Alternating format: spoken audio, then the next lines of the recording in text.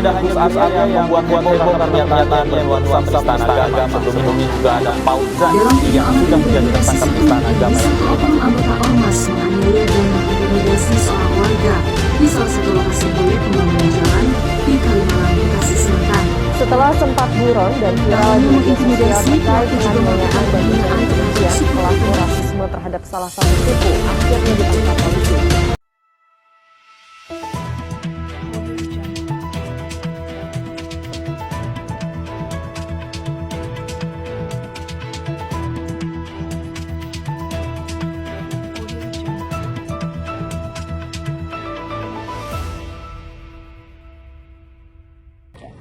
Selamat pagi untuk kita semua. Perkenalkan nama saya Enda Simbolon dengan NIM 224213010 dengan rekan saya. Saya Lebakti Patricia dengan NIM 2241131005. Izin kami di sini untuk mempersembahkan sebuah berita dengan bentuk video edukasi yang bertemakan wawasan Nusantara dengan judul Kerukunan antara suku dan bahasa yang terjaga di tengah keberagaman Indonesia.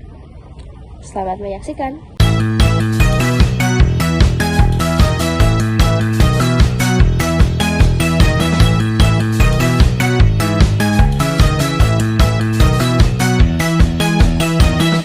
Indonesia dikenal sebagai suku bangsa yang sangat beragam.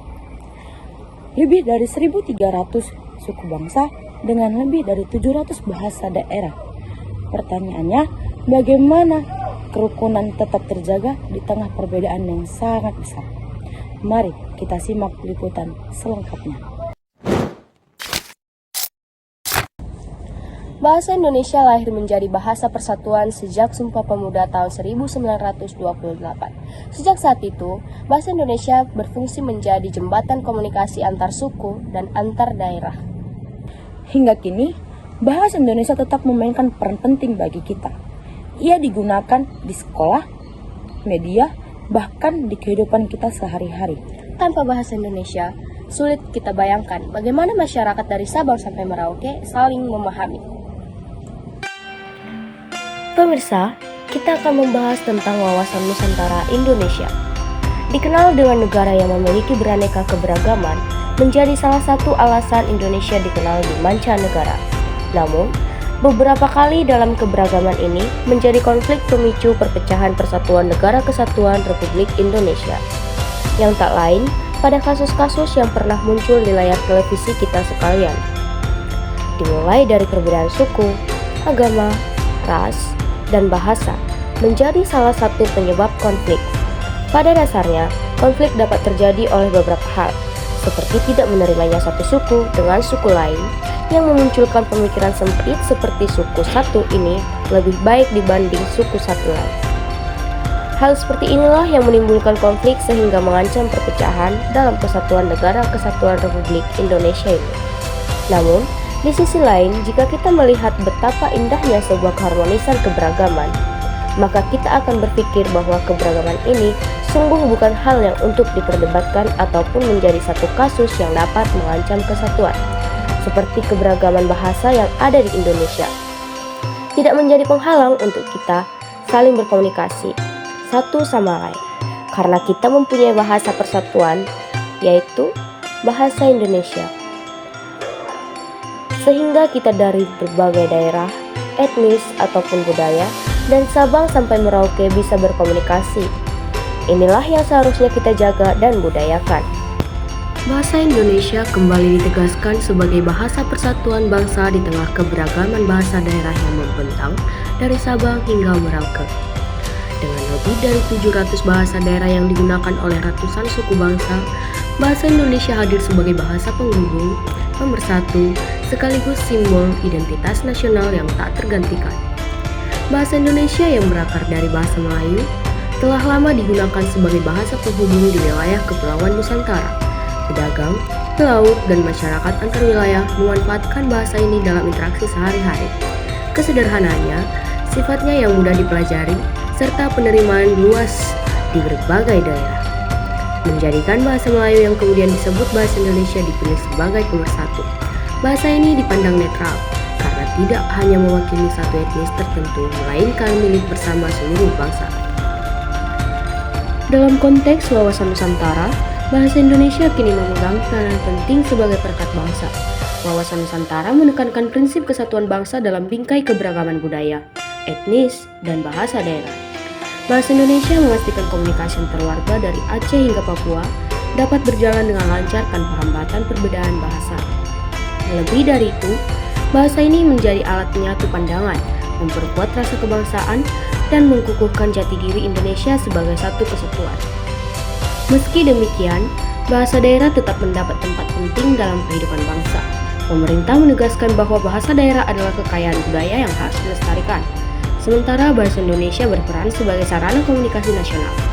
Hubungan keduanya ibarat dua sisi mata uang, bahasa daerah sebagai identitas lokal dan bahasa Indonesia sebagai identitas nasional. Dengan keseimbangan itu, Indonesia tidak hanya mampu menjaga persatuan, tetapi juga melestarikan kekayaan budayanya. Di era globalisasi saat ini, bahasa Indonesia menghadapi tantangan baru.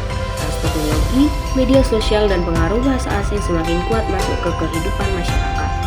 Di satu sisi, hal ini memperkaya kosakata dan memperluas bahasa, tetapi di sisi lain juga berpotensi menggeser peran bahasa Indonesia jika tidak dijaga dengan baik.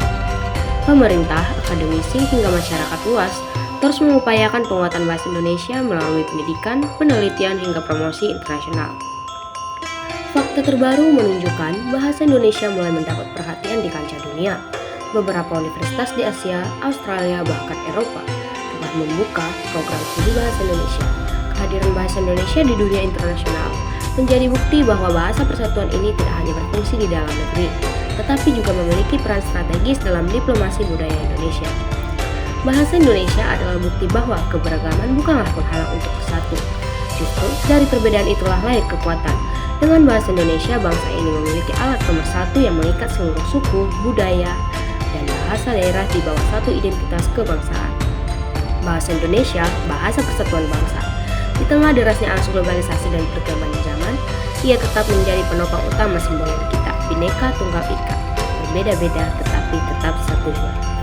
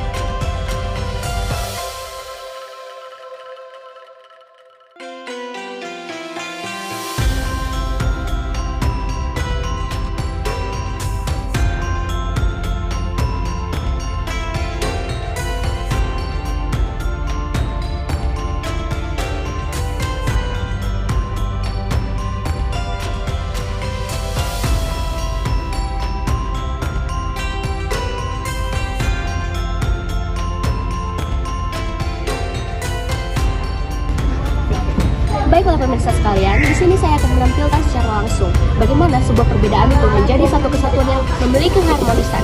Di mana terlihat di belakang saya, di mana di belakang saya terlihat beberapa perbedaan, yaitu dari perbedaan agama, suku, ras, dan budaya menjadi satu kesatuan yang memiliki satu keharmonisan. Dari sini kita bisa dapat simpulkan bahwa perbedaan bukan menjadi satu ancaman bagi kita untuk menjadi satu kesatuan yang lebih baik lagi. Terima kasih, saya sampaikan dari lokasi ini. Sekian, terima kasih.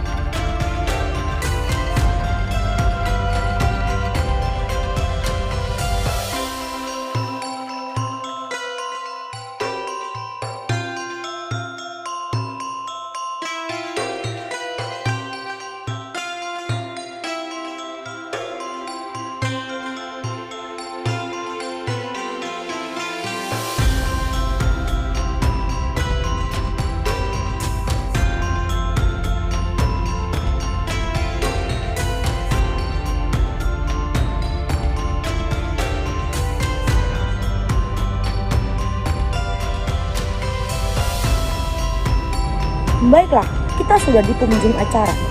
Terima kasih sudah menyaksikan berita edukasi pada hari ini. Saya, Rida Bakti Patricia Burutudin, dan rekan saya, Saya Indah Simbolon. kami pamit mengundur diri. Sekian, terima kasih.